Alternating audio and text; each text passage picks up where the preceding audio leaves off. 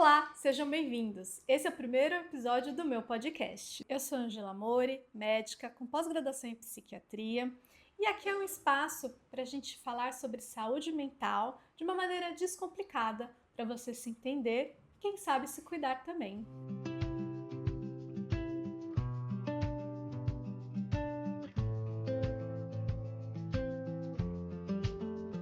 Nosso primeiro episódio, eu convidei uma pessoa muito especial, ela é minha amiga.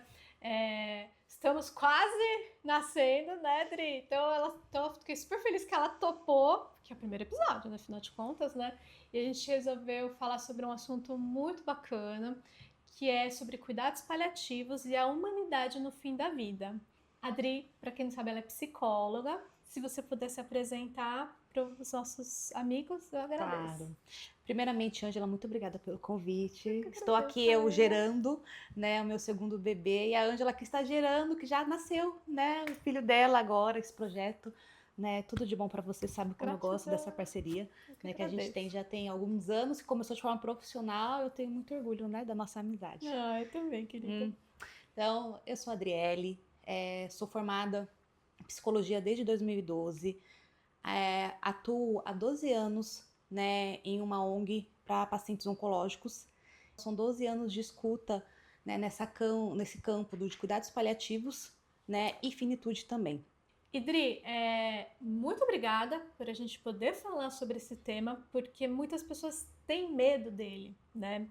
E a grande maioria das pessoas confundem finitude e cuidados paliativos, mas tem uma diferença, não tem? Tem, muito grande. Né? Quando a gente fala de cuidados paliativos, a gente está se tratando, né, de pacientes que estão passando por doenças crônicas e graves. E nesse período desse tratamento, o médico ele traz elementos para que ele tenha uma qualidade de vida melhor, né, durante esse processo do tratamento dele. Agora, quando a gente fala de finitude, significa que esse paciente já está no fim. Né? Isso confunde muito o paciente. Então, cuidados paliativos não significa necessariamente o fim, porque o paciente pode viver durante muitos anos em cuidados paliativos, né? De uma forma no qual seja aliviada a dor dele, a ansiedade, a angústia dele. Agora, a finitude, a gente realmente, esse paciente está está mais debilitado, né? Caminhando para o fim da vida. E é importante a gente entender, né, que quando o médico ele vai falar que a pessoa entrou em cuidados paliativos, o que significa, né? Significa que não existe mais um tratamento que vá curar aquela doença. Exatamente, Ângela. Né? O cuidados paliativos é um termo muito recente ainda para as pessoas. Ele foi integrado no SUS em 2018. Então, assim, é tudo muito novo, tanto para a pessoa que escuta e até para o médico quando ele explica. Sim. Né? Quando a pessoa ela vem com esse diagnóstico, o médico fala, olha, agora você está em cuidados paliativos, a pessoa já pensa que ela já está no final. Sim. E aí vem a nossa educação, né, de explicar para ela que não necessariamente, que na verdade ela vai continuar com o tratamento dela, com uma outra perspectiva, claro, não da total cura desse tratamento, porém ela pode continuar vivendo com uma qualidade de vida diante daquilo que a medicina, né, consegue fornecer para ela. Sim. E muitos médicos ainda têm medo de falar, né? Muitos médicos, na verdade, eles têm até medo de falar em morte, em fim de vida. E então é muito bacana o seu trabalho, né? E como que você chegou nele? O que te levou para esse lugar, para esse olhar diferenciado? Eu falo que todo mundo que tem trabalha ou deseja atuar com principalmente paciente oncológico tem uma história com algum paciente no passado, né? Eu perdi uma amiga com leucemia quando eu tinha 15 anos. Isso me marcou muito e a partir daí, quando eu me formei em psicologia, eu sempre tive em mente que eu queria trabalhar, né, com esse público de alguma forma. E eu consegui, né? E até hoje eu estou na área, podendo prestar esse suporte para esses pacientes que eu não consegui para essa minha amiga lá no passado. Ai, que lindo, lindo. E tem algo que você aprendeu ao longo desses anos trabalhando com esses pacientes dentro dessa área? Sim, eu falo que quando você não lida com a morte diariamente, quando você não lida com o fim diariamente, você esquece que ele pode estar tão próximo. né? Eu acho que é isso que o paciente vem em tamanha angústia, quando ele acha que a doença dele não tem cura, Sim. mais, porque ele acha que está muito próximo, né, o fim dele. Sim. E aí vem a urgência de viver. Então, eu falo para as pessoas que estão ao meu redor que como eu lido, né, com pacientes com uma doença tão delicada como é o câncer, Sim. né, eu tenho mais consciência da minha vida e de comemorar ela. Que lindo, lindo. E é interessante, né, porque essa coisa da morte, né, ela é muito assustadora para muitas pessoas, né? E eu tenho um lado da minha família é japonês, né, oriental, e eu aprendi a ver a morte de um jeito muito diferente, né? O japonês, né, não sei se você sabe, mas assim, quando uma pessoa morre, eles comemoram a vida que ela teve, em vez de lamentar a perda, né? E eu imagino que isso também faça diferença, né? Sim, falar sobre a morte não é confortável. Não, Eu não brinco é. que no almoço de domingo ninguém fala, Não, ninguém né? quer Ah, falar. quando eu morrer, eu quero que eu ser enterrado ou cremado, eu quero que aconteça isso, eu quero que os meus bens materiais ou aquilo que eu tenho afetivo, eu quero que destinar a tal pessoa. A gente não fala sobre a morte. Não, e é tão importante. Muito, muito, muito, muito, muito. O que é um problema até para a pessoa que está passando por essa questão da doença crônica dela, enfim, porque não é falado, não se pode falar. Ela não pode falar da angústia dela.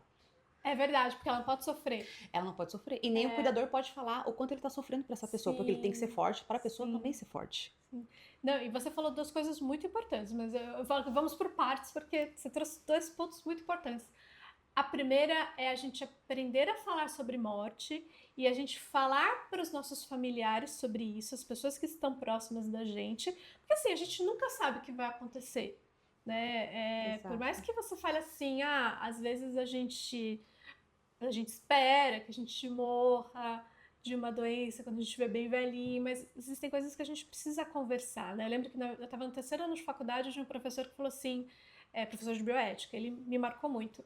E ele falou assim, você já conversou com seus familiares se você é doador de órgão? Se você quer ser cremado? Se você quer ser... O que você quer para o seu fim? Né? E eu achei muito legal isso.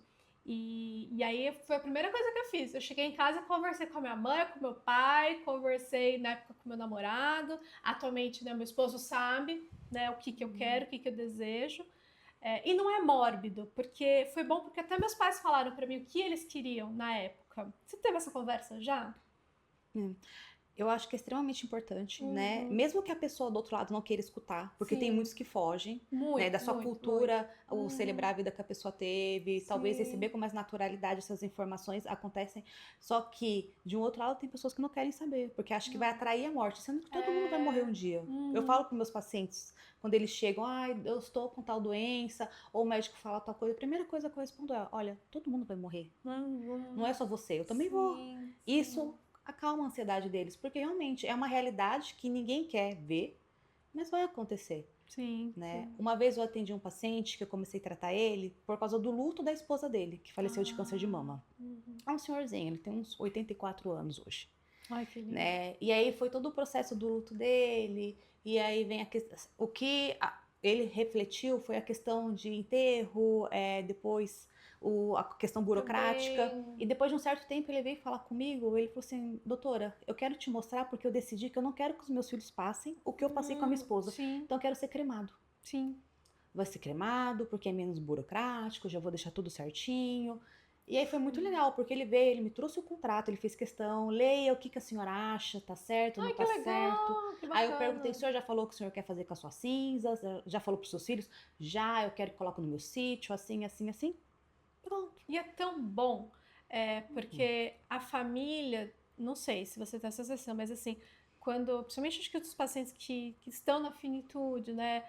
Quando a pessoa tem coragem de falar para a família e fala assim, olha, eu tô em paz, né? Porque sinaliza isso, olha, eu quero isso, isso, isso, porque eu já entendi o meu processo, né? Sim, mas é muito difícil, Ângela. Né? É muito difícil porque a família, ela entra numa negação que mesmo quando ela vê o paciente se deteriorando, ela não percebe. É muito nítido para todo mundo que está ao redor, para a equipe médica, né, para algum enfermeiro, para você que vê esse paciente, mas para a família ela só enxerga essa questão da esperança, do tratamento, de vamos tentar, não vamos desistir, né, vamos continuar, e nada é falado. E aí fica esse silêncio, né? Tanto da pessoa que faz o tratamento, quanto desse cuidador, né? Porque eles acreditam que vai dar certo até o final, porém é angustiante para o paciente e para a família também não poder expressar a dor que está passando no momento. Sim, e aí vem aquele outro segundo que eu tinha falado, né? Sobre como lidar com a dor da família, né? Como é difícil às vezes, né? Sim. E aí a gente tem que ter muito tato e cuidado nessa hora com esse acolhimento. Porque por mais que você perceba o que está acontecendo, não vai ser você que vai falar de uma forma bruta, de uma forma crua, o que acontece muito em relação aos médicos, né? No sentido de que, olha, acabou, não tem o que fazer, uma semana, 2 dias. Você tem que sondar para ver como essa família enxerga esse processo desse paciente e aos poucos tentando trazer consciência desse tratamento, de como o paciente está ficando debilitado, para que a família, a pessoa perceba essa situação. Porque você falar algo que essa pessoa não está conseguindo colocar na sua consciência, só vai trazer mais dor ainda para ela. Sim, eu imagino. E como é que se cuida desses familiares, geralmente? Assim, acabam tendo apoio psicológico, é indicado? Totalmente, porque eu falo que o cuidador, ele não tem a licença que o paciente tem de adoecer. Porque quando o cuidador, ele acompanha esse paciente em todo o tratamento. Sim. Então ele vai estar no hospital, às vezes ele vai estar no processo de químio, de rádio, de cirurgia, de espera. Então assim, ele passa pelos mesmos processos que um paciente passa, só que ao contrário do paciente que pode passar mal, ele não pode. Sim, porque ele tem que estar lá para dar o apoio, né? Ele tem que ficar acordado à noite, se esse paciente tiver dor, se ele tiver falta de ar, você tem que tomar um medicamento, você tem que correr atrás de uma ambulância, você tem que levar para um hospital. E ele tem que fazer isso sorrindo. Ele tem que fazer isso sem parecer que está sendo difícil para ele. Né? Sendo que o paciente ainda tem a licença poética de eu estou mal, não estou bem, quero dormir, né? Estou triste, né? Estou com algum enjoo. O cuidador não. E ele tem que aguentar isso de forma calada. E esse processo não demora 1 mês, 6 meses, 1 ano. Ele demanda anos. É verdade. E geralmente, além da psicoterapia individual, né? Você sente que o grupo também costuma ajudar? Porque eu sou super fã de terapia em grupo, né? O que você sente? Eu tenho experiência em conduzir terapia em grupo e é muito legal essa troca. É legal porque na terapia de grupo eu costumo falar que é como se fosse um pulmão, assim. Porque lá vai muitas pessoas que estão bem. Às vezes na terapia individual você atende o paciente e ele tá começando o tratamento, ele tá no meio, ele tá vendo como funcionam as coisas. Só que quando você direciona ele para um grupo é porque ele já tá mais seguro de si. Legal. E ele precisa desse apoio do outro. Eu falo que a terapia de grupo é um local mais de escuta do que de fala. Bacana. Porque você mais escuta o outro do que você tem um tempo de falar. Que é o contrário da terapia individual.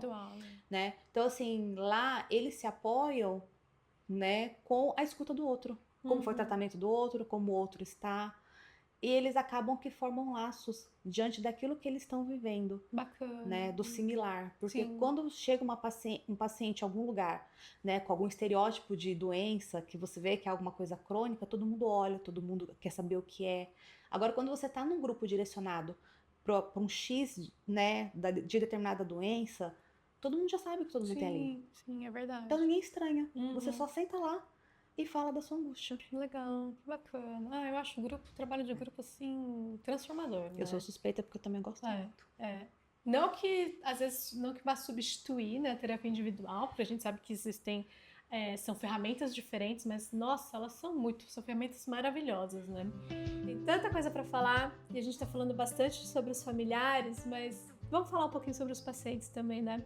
Como que essas pessoas, elas se sentem quando elas recebem a notícia de que elas vão entrar em cuidados paliativos? Primeiramente, elas acham que, né, como eu falei um pouco anteriormente, que cuidados paliativos é sinônimo de morte. Tá. Então, elas vêm muito angustiadas nesse sentido.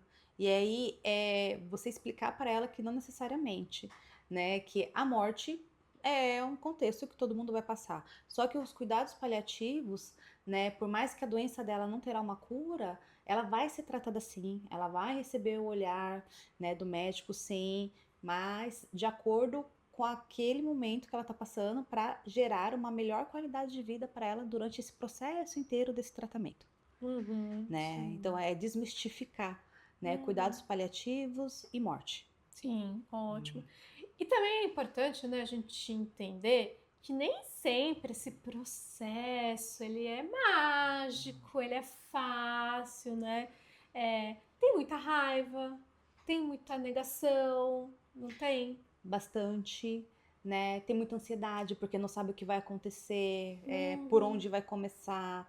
E aí, o que eu acho que é legal, Ângela, a gente deixar claro é que não é só o cuidados paliativos, não fala somente da medicina, fala Sim. também desse cuidado espiritual, da espiritualidade, né, que o paciente tem, a gente aprender a respeitar e fortalecer, né, motivar essa espiritualidade porque auxilia muito nesse processo Sim. dele, né? Também e na saúde mental dele. Sim. Então eu sempre falo, né, que a gente trabalha com essa tríade, a gente trabalha, né, com a saúde física, né, a espiritual e também a saúde mental. Sim, e é muito importante isso, né? Porque senão entra naquilo que a gente acaba se perdendo, eu acho, né? Porque você fica na busca de um tratamento e às vezes esse tratamento curativo, né, que vai extinguir essa doença, ela não existe. E aí você começa às vezes até a submeter esse paciente a vários processos que não vão ser resolutivos, né? E ele acaba deixando de ser realmente uma contribuição para essa pessoa e acaba sendo só um prolongamento de mais dor, mais tristeza. Você enxerga muito isso? Você vê muito isso às vezes?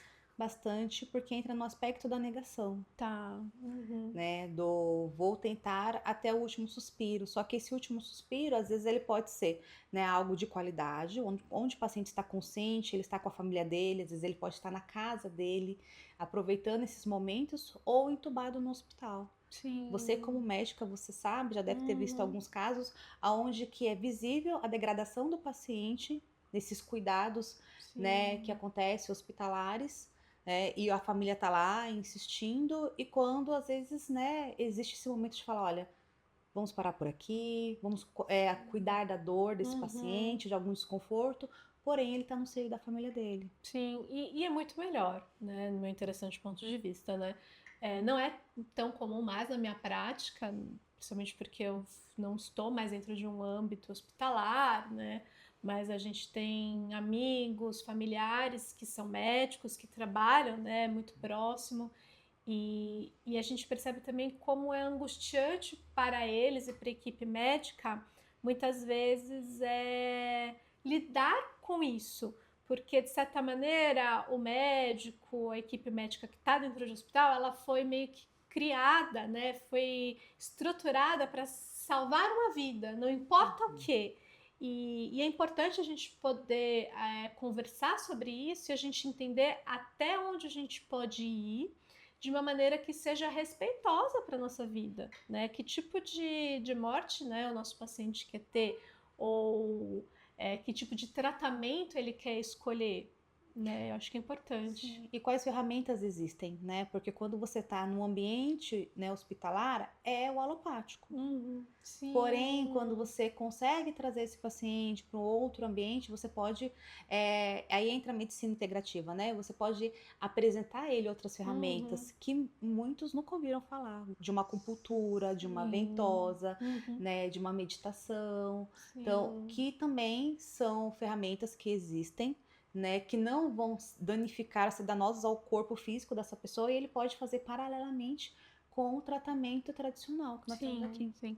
Porque é isso, a ideia é a gente ter qualidade de vida, né, mesmo passando por cuidados paliativos, né? Exato. E como que vocês costumam trabalhar essa qualidade de vida? Não, eu sempre tento perceber nesse paciente quais são esses recursos que ele tem, quais ferramentas ele tem, e apresentar, né, o que ele pode ter acesso de acordo também com a possibilidade de cada um. Sim. Porque você acaba, se você apresentar muitas opções, essa pessoa não conseguir ter acesso, acaba que angustia mais ela ainda. Sim. Então você conhecer o paciente, respeitar, né, a espiritualidade dele ou naquilo que ele acredita, né, e trazer essas ferramentas que possam auxiliar ele neste momento. né, da medicina integrativa, Uhum. né, de alguma questão fitoterápica que possa ter, que possa Legal. auxiliar também, Uhum. né, olhando esse paciente como um todo, não só como esse fragmento, Sim. né, da doença dele, mas Uhum. ele como um indivíduo. É, porque é isso, né? Você tá tendo vida, Sim, né? A gente não tá falando de falta de vida, muito pelo contrário, a gente tá falando em ter uma vida cada vez melhor, né? E da mesma maneira que a gente fala muito do tratamento integrativo, né, para a gente prevenir a nossa saúde, né? A gente tem que ter esse olhar integrativo, esse olhar, né, que a gente fala maior sobre todas as áreas da vida, também da sua vida em qualquer momento dela, né? exatamente. O que as pessoas sempre se perguntam ou me perguntam é: ah, os pacientes chegam muito deprimidos? E não chegam. Ó, que Os interessante. pacientes eles chegam com muita vontade de viver. Que legal. Uhum. Então, quando você se depara com o cuidados paliativos, a pessoa ela fica mais receosa ainda em relação ao tratamento dela, porém a vontade dela de viver reacende, Uhum. né? E aí é um paciente que ele se torna uma pessoa muito mais resolutiva por questões na vida que não havia, ou seja, trabalho. Eu já tive pacientes que se separaram neste momento, familiares também que colocaram, né, devido aos limites onde que eu tinha que colocar, para que ele possa fazer o tratamento e também ter um sentido ele continuar aqui, Uhum. né? De Perfeito. toda a dor que ele possa estar vivenciando para além, né, da doença dele no momento. Uhum. Muito bom. Que legal. Que bacana. Então, ao invés da depressão, o paciente ele encontra uma motivação, porque ele quer continuar Sim. vivendo. Uhum. Se ele está ali fazendo o tratamento dele e passando por momentos difíceis, né, ele quer continuar. Então, o meu papel ali é motivar ele, né, motivar é mostrar para ele quais caminhos que possam acontecer, motivar ele a continuar os projetos que ele possa ter, né, e mostrar que existem caminhos para que ele continue aqui com uma qualidade de vida que talvez ele não conheça. Ah, que legal, que bacana. É interessante saber que a depressão não é o que mais aparece, mas então quais são os sentimentos que aparecem mais com as pessoas que estão enfrentando a finitude da vida? Pela minha experiência de atendimento, o que eu escuto mais é um paciente ansioso Uhum. por aquilo que está por vir, né? Porque é algo desconhecido para ele. A grande maioria das pessoas que passam por um processo de cuidados paliativos ou de finitude não tem uma pessoa próxima que passou para poder Ah, conversar. Por isso que é interessante. entre o grupo aí, que é bem interessante você Uhum. ter, né? Para ter essa troca, né? E aí, depois desse processo dessa ansiedade, vem muito a esperança de Ah, que que, lindo. independente de qualquer coisa, o tratamento vai continuar, elas vão fazer, Uhum. né? E vai dar certo. Que Eles têm bom. muito isso, né? Essa motivação que eles trazem, Uhum. né? Até porque eu acho que se você não se motiva dessa forma, você não consegue dar conta, Sim, eu né? De um imagino. tratamento que é tão Uhum. difícil também do seu emocional. Uhum. É porque o problema da ansiedade é esse, né? A gente tá sempre preso, preocupado com o que aconteceu no passado. Você fica projetando um monte de catástrofe no futuro, um monte de problemas, né? As preocupações com o futuro e acaba não vivendo o momento presente. E aí, a partir do momento que você percebe que a gente não tem controle de absolutamente nada, eu acho que fica mais fluido, né? Fica mais leve. Sim, e você começa essa questão com o paciente com aquilo que é o básico, que eu pergunto, como é que tá seu sono? Uhum, Como é que tá a sua sim, alimentação? sim. Porque você fica tão preocupado com os monstros do futuro que o do presente, que é o básico, que é uma noite de sono, né, boa, de Uhum, qualidade, uma alimentação, né, se você consegue fazer alguma atividade física, uma caminhada, você consegue sair desse ambiente uhum, adoecedor também, que é o hospitalar, né, ou sim. somente consultório. O que que você faz para te trazer vida novamente? As pessoas não se dão conta. Uhum. Porque elas ficam pensando realmente nessa questão do o que vai acontecer, quando vai acontecer, como é que vai Como vai acontecer, ser? sim, sendo que o presente é muito importante. Uhum, sim, talvez ancorar essa pessoa, né, no presente, no aqui e agora, deve trazer bastante chão para ela, né? Ela fala, não, peraí, né? Peraí, tô, tô seguro, eu tô andando, tô com os pés no chão, eu tô presente, eu tenho como fazer escolhas, eu acho que isso traz mais autonomia, talvez até mesmo mais segurança, né, do processo. Sim, você falou uma coisa que é muito interessante. Eu tenho escolhas. E tem escolhas. Todo mundo tem escolhas. Sim. Até mesmo o paciente, né? O Sim. tratamento é dele, a vida é dele, né? E por mais que tenham terceiros que tentam interferir, né? Que a gente volta um pouquinho da família, do cuidador, mas na verdade quem tem que ter escolha, né? Sobre como que é esse verdade. processo desse tratamento é o paciente. Porém, ele só vai ter essa escolha se ele conseguir falar. Sim, e se ele conseguir entender o processo dele, Perfeito, né? exatamente. Porque a gente só vai fazer uma escolha alinhada com o nosso ser, com a gente mesmo, se a gente tiver consciência e clareza de tudo que está acontecendo. Eu acho que isso é muito importante. Sim, de saber, né? Os exames, como vai ser o processo, tanto em relação, né, a medicamentos, a exames, tratamento, enfim, quanto também o que pode acontecer depois, né, e como que ele quer ser tratado nesse presente, né, e o pós também. Sim. Mas é isso, é ter a clareza e ele conseguir ter forças de olhar, por exemplo, uma mãe olhar para um filho e falar para ele. Sim. Né? Ou um filho olhar para uma mãe e falar: olha, mãe, se acontecer isso comigo, se eu chegar a esse ponto, eu não quero ser entubado, eu não quero ser reanimado, né? Mas é muito doloroso, é muito difícil. É necessário ter um ato de coragem para poder se expressar assim. E também é importante a escolha dos profissionais que estão acompanhando, né? Eu acho que isso também é muito importante, porque se você confia no profissional que está te acompanhando, se ele consegue explicar tudo que está acontecendo, você vai ter entendimento, conhecimento para você poder fazer uma escolha melhor, né? Uma escolha mais alinhada com você, porque às vezes acontece muito isso, né?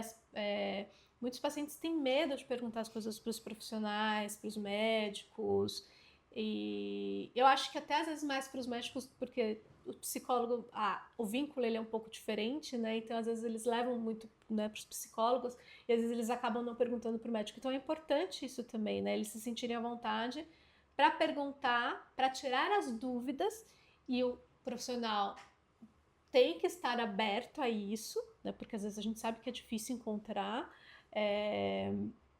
E então isso é muito importante também, a gente tomar cuidado com isso, né? Sim, até porque em sua grande maioria a gente trata pacientes vulneráveis. Sim. Pacientes que eles não entendem algum termo, não faz parte do dia a dia dele, do cotidiano. Sim. E aí a gente tem essa barreira que, infelizmente, existem profissionais que ainda não têm muito tato, não têm essa paciência, ou como eles lidam diariamente com algumas questões, para eles fica muito automático. Mas aí o paciente vê essa figura de autoridade, né, e ele não pergunta. Sim. Nem a pessoa que está do lado, nem o paciente tem coragem de perguntar ou tirar as dúvidas com esse profissional. Porque não sente que é tão acessível. Exato. Né? E ao mesmo tempo tem um profissional também que tem medo de falar. Né? Tem muito profissional que tem medo de falar, vai ser difícil, vai ser... Às vezes é um processo doloroso, vai ser uma recuperação ruim, ou às vezes não tenho mais o que fazer, né? Tipo, dentro disso que você está me buscando, eu consigo chegar até aqui, né? É difícil às vezes, né, o profissional assumir que tem certas limitações também, né? Eu vou te dar um exemplo. Às vezes você vai atender um paciente e a filha do paciente, né, ou a esposa fala: olha, mas ele não sabe o que ele tem. É muito difícil isso, né? E aí eu falo: tá, mas ele sabe ler? Porque tem uma placa bem grande aqui falando que é para pacientes oncológicos.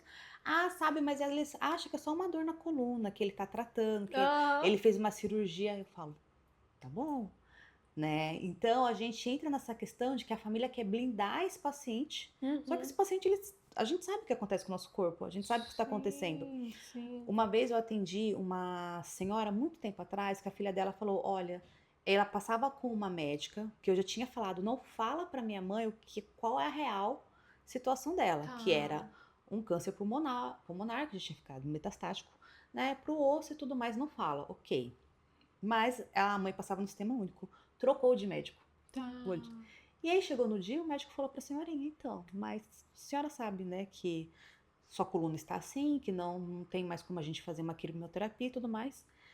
A senhorinha, o chão dela abriu e a filha veio super angustiada falar comigo, no sentido de que, nossa, minha mãe parece que desde esse dia em diante, né, ela tem entrado num processo realmente de depressão, de não aceitar. Mas por quê? Porque é um tratamento baseado na mentira, de você não falar realmente para essa pessoa que ela está passando o que ela tem. E você não pode garantir que todo profissional que você vai encontrar, né, vai mentir, ser conivente com essa mentira, vai falar ou não vai falar. Isso acontece bastante. Sim. Não, sem contar que às vezes, né, a pessoa, ela sabe que ela tá com câncer, né, ela sabe de tudo isso, e aí como a família falou, tá fingindo que não sabe, ele também finge que não sabe. Não acontece? Muito, muito. Eu atendi um outro caso uma vez e eram as duas filhas que sempre levavam a mãe. E era uma senhorinha, ela tava bem debilitadinha, ela já tava na cadeirinha de rodas, assim, não tava bem malzinha, até para falar.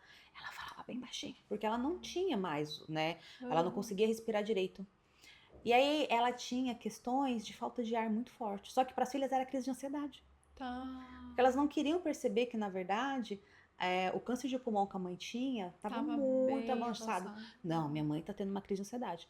E aí, eu não vou falar para essas filhas que não é exatamente a crise de ansiedade, até porque eu não sou médica, eu não posso falar que a questão, né, somente do câncer de pulmão dela, mas com muito tato falar. Não, eu entendo, né? Eu atendo a sua mãe até tal que ela não está bem. Tenta levar ela agora pro médico, para ele dar uma segunda opinião. E aí, com carinho, você direcionar, né, esse paciente para o tratamento correto dele. Porque para os familiares, eles sempre vão achar um argumento de que não é a doença. É alguma outra coisa. E existem maneiras e maneiras também de como a gente vai expor, né, cada informação, né? Eu sou sempre a favor da gente falar, da gente expor a verdade, mas também você tem como falar, né? Você pode ser delicado, né? Você é aquilo, né?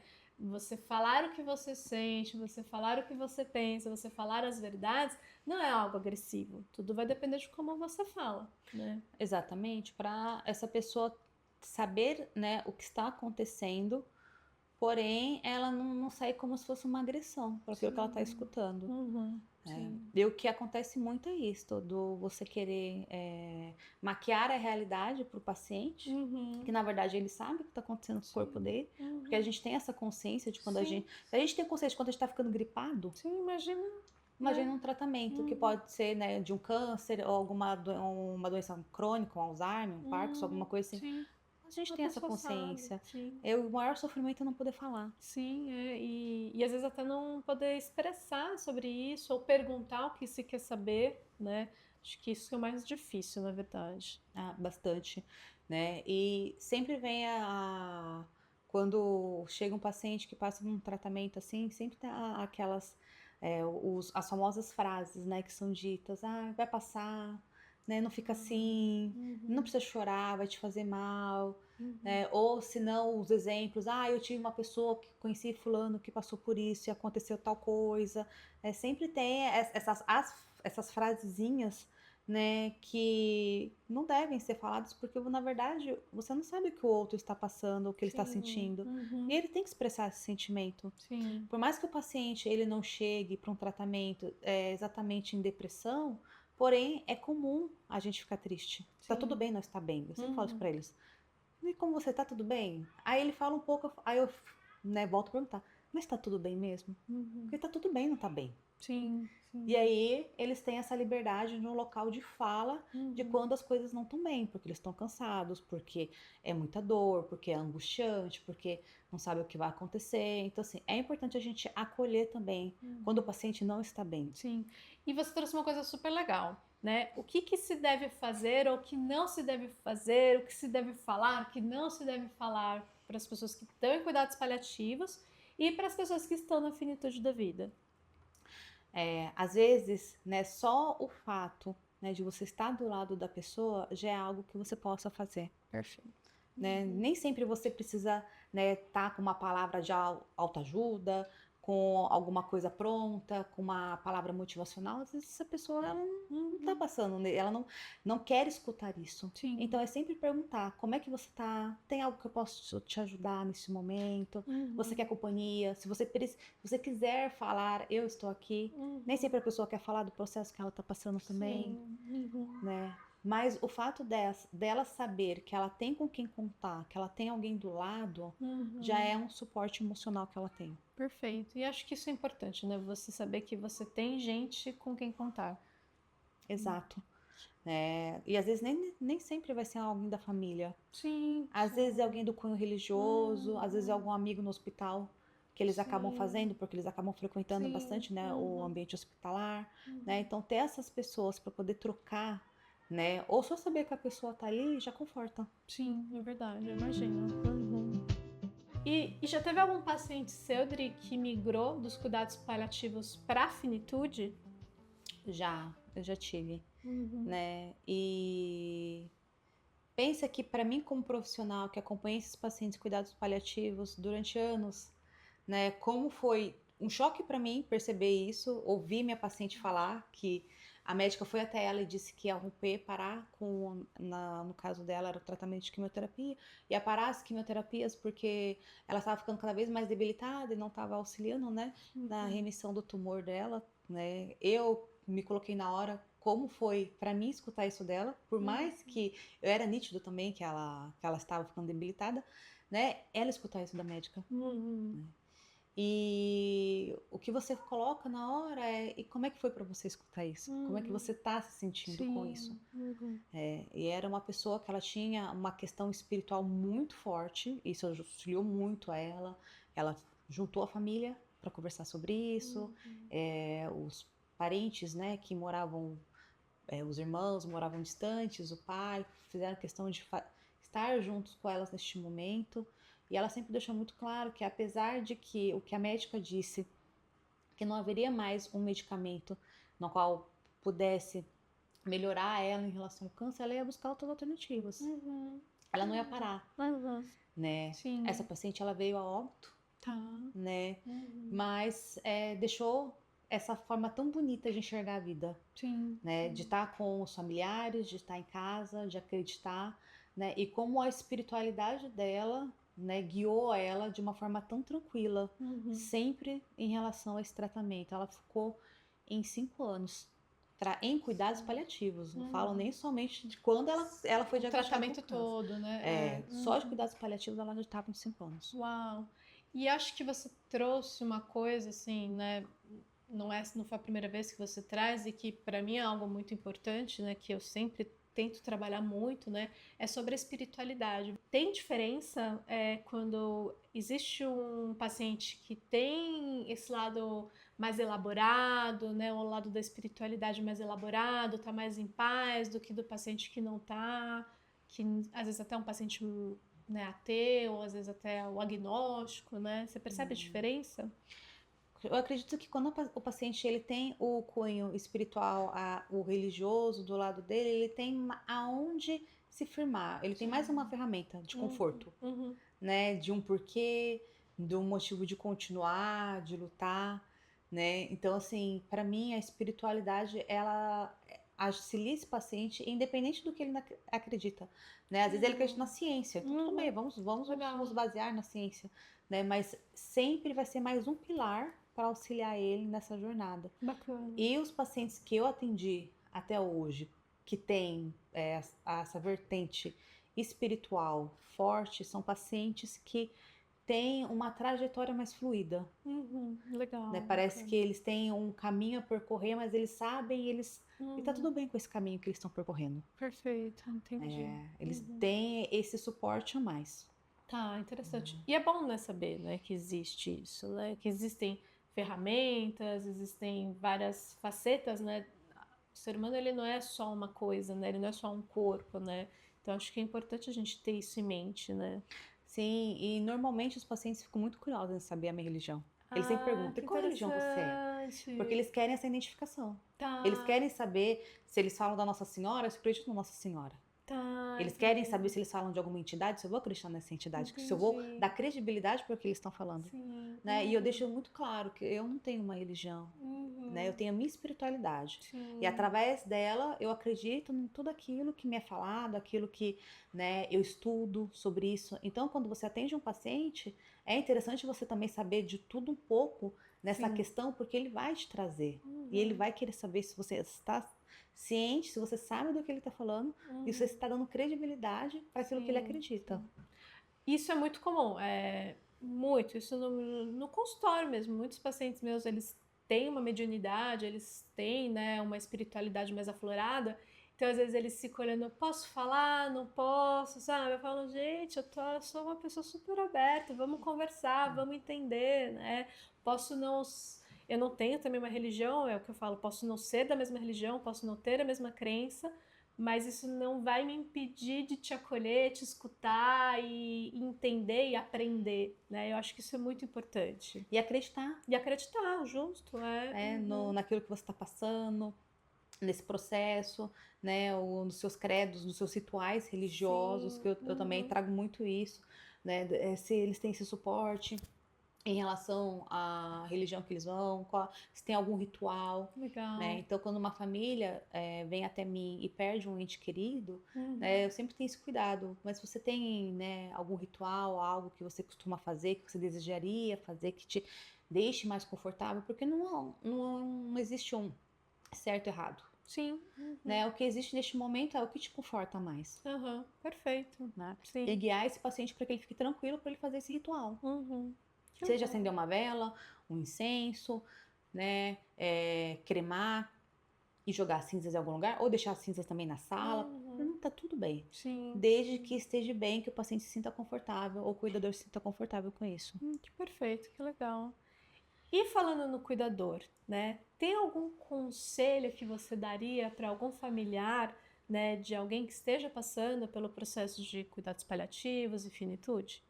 Eu acho que a primeira coisa que eu falaria para essa pessoa é aceite, acolha os seus sentimentos. Perceba como você se sente nessa situação, né? E depois disso, seja sincero com quem está do seu lado. E deixe que a pessoa fale também. Deixe que a pessoa, né, mostre, né, o quanto ela possa estar fragilizada, ou ela possa estar com medo, ou ela queira um apoio nesse processo. Mas não tenta colocar uma máscara fingindo todos os dias que vai dar tudo certo, que tá todo mundo bem, né, que as coisas sempre vão dar certo no final, né? Porque a vida não é só sobre isso. Sim, sim. Não é aquela coisa de um comercial, né? Exatamente. Existem muitas nuances. Então, você se acolher, você aprender, né, a respeitar os seus sentimentos e também da pessoa que está do seu lado. Perfeito. E acredito também que se cuidar, né? Sim, Acho que é muito importante, né? Porque muitos cuidadores, eles ficam tão focados, né, na pessoa que está passando pelo tratamento e às vezes esquece do seu próprio autocuidado, da sua saúde mental, esquece de dormir, comer bem, né? Sim, e da saúde física também. Sim, muito.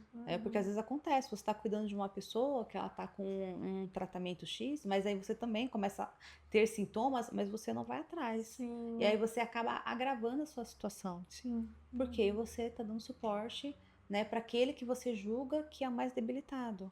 Então, realmente, a pessoa, né, a gente fala que é cuidar de quem cuida. Sim, A pessoa, ela tem que, né, aprender a se cuidar. Sim. Né? E é muito importante, né? Sim, se eu puder orientar, né, dar uma dica, tem um livro que eu gosto muito, Ah, que legal. que se chama A Morte é um Dia que Vale a Pena Viver, da Ana Cláudia Quintana, que é uma médica paliativista, né, muito benquista, né, no Brasil.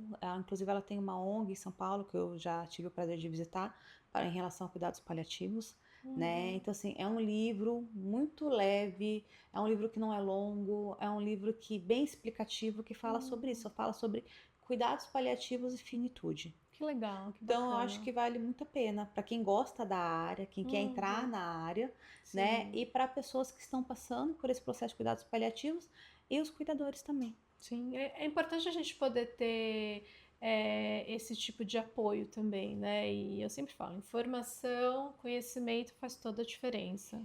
Exato, né? Eu sempre falo para os meus pacientes, né? Então, mas você já pesquisou? Você leu? Você viu se é isso mesmo? Porque você fica, quando você tem uma única fonte de informação, seja do médico, né? Seja de um parente, seja de um só lugar, é muito frágil. Então, é a sua vida, é sobre você, como você se responsabiliza. Sim. por aquilo que você está passando. Exato. Então, assim, é também você abraçar o seu tratamento, né? E querer saber mais dele. Sim, que é ótimo, faz toda a diferença. Nosso podcast está chegando ao fim, mas eu queria fazer uma pergunta muito importante. O que a finitude ensina para as pessoas que são saudáveis, mas estão vivendo no automático? Eu acho que, eu acredito que nós não paramos muito, como a gente falou, né? Para pensar no final, na morte.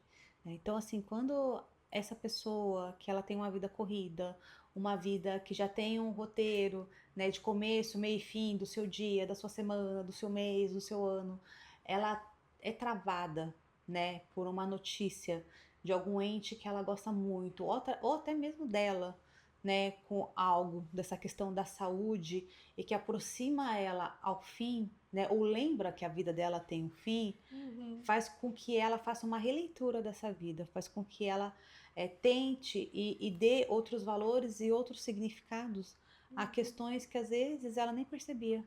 Sim. Eu sempre falo, né, principalmente para as mulheres, que sempre cuidam, né, são habituadas a isso, a sempre o ato de cuidar, que quando elas ficam doentes, é o momento que elas têm para se olhar e para serem cuidadas. Isso é muito difícil. Sim. É muito difícil para quem está habituado, né, a ter uma rotina, né, pré-estabelecida, e principalmente quem se doa a cuidar do outro, ou até mesmo, por exemplo, o homem que normalmente, né, ele se vê como esse provedor dessa família e ele não consegue mais, ou ele se depara com a notícia que ele não vai ser mais assim, né, essa pessoa ela tende a parar, ressignificar, né, tudo aquilo que ela viveu e trazer novos sentidos, né, diante da perspectiva que ela vai ter dali em diante. Perfeito. E aquilo, né? Como seria a gente poder, né, ressignificar, né, todo dia quando a gente acorda a nossa vida, né? Como seria isso, né? A gente poder acordar e falar, nossa, gratidão, né? Tenho mais um dia para abraçar as pessoas que eu amo, tenho mais um dia para ver esse céu maravilhoso, porque às vezes a gente nem percebe. Eu vou além, Ângela. Eu já escutei muito isso, das pessoas falarem por que eu não valorizei tanto quando eu podia tomar um banho sozinha, hoje que eu tenho que ter alguém que me banhe, alguém que me troque. Sim. Né? Então, assim, são coisas tão pequenas que a gente não faz diferença. Não. Mas quando você se depara na situação que você precisa de alguém, né, não é nem só para se locomover, mas poder fazer a sua higiene, Sim. como você se lamenta de não ter valorizado quando você tinha sua independência. Exato. E às vezes a gente tá sempre tão perdidos em cobrança, tem que fazer isso, tem que fazer aquilo. Ai, meu corpo assim, meu corpo assado, né? E, poxa, você não agradece o fato de você conseguir tomar banho sozinha. Você não agradece o seu corpo porque você consegue tomar banho sozinha.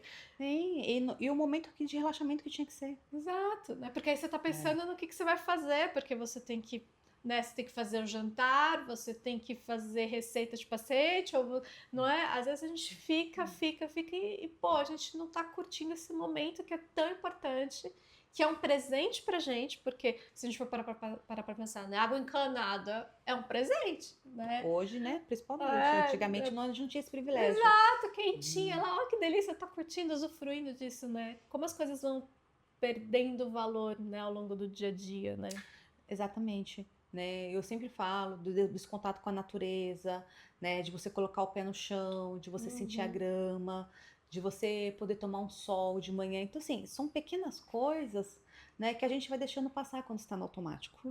Só vai. Só vai. Você não olha, você não vê, você só reclama do trânsito, você reclama da tua vida, você tem o estresse que, né, você pode falar pra gente como ele é nocivo. Sim, muito, uma vida, muito. né, com essa questão do estresse, dos hormônios que a gente libera, né? Então, a gente não consegue mais ter esse contato com o nosso eu. Sim. Né? E não é, quando a gente fala assim, de qualidade de vida, né, de ferramentas, não é somente com coisas que você tem que investir, né? Mas o seu dia a dia, de você sentar, de você conversar, de você socializar, de você tomar um sol, de você se permitir ter uma boa refeição com calma, de sentar na mesa, de se alimentar, né? Coisa que quando você tá no automático, isso não acontece mais. Não mesmo. É tudo muito corrido.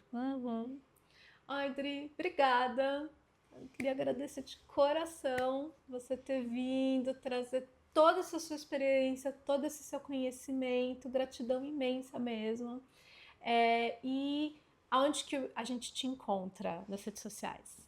Olha, o meu Instagram se chama Inspire Psicologia, né? É um espaço que eu tenho para compartilhar o que eu acho que é interessante, né? E também escutar as pessoas se ficou alguma dúvida, alguma questão. Estou super aberta. Muito obrigada pelo convite, né? Falar sobre cuidados paliativos, falar sobre a finitude é algo que eu acho que as pessoas deveriam ter menos preconceitos, ter menos barreiras, menos defesa, porque é algo que o fim vai vir para todo mundo. Né? Eu sempre falo com meus pacientes, o fim virá para todo mundo. A questão é o que você vai fazer até esse fim chegar. Exatamente. Né? Como que a gente vai viver? É isso que eu coloco para eles. Né? A primeira consulta sempre assim, tá? O fim vai vir. Mas o que você vai fazer até esse fim chegar? Sim, com certeza. E a partir daí que a gente elabora a vida, que a gente ressignifica a vida. Né? Então, muito obrigada por poder compartilhar um pouquinho desse meu lado, dessa minha experiência, né? E quem sabe, né? Desejo muito que outras possam vir de compartilhamento de conhecimento. Com certeza, gratidão imensa, gratidão mesmo. E muito obrigada para você que ficou aqui até agora. E eu não sei se você percebeu, mas o podcast ainda não tem nome.